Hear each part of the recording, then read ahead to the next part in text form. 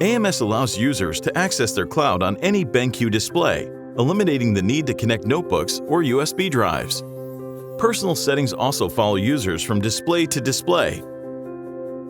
To enable AMS, you must first bind your displays to an AMS admin account. To create an AMS admin account, go to ams.benq.com.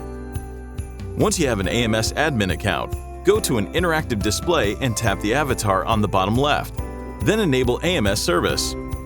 Enter the local admin password. Note that this is different from the AMS admin account. You can now change the local admin password or tap Cancel to continue. Admins can now either log in with their AMS credentials or use their NFC card.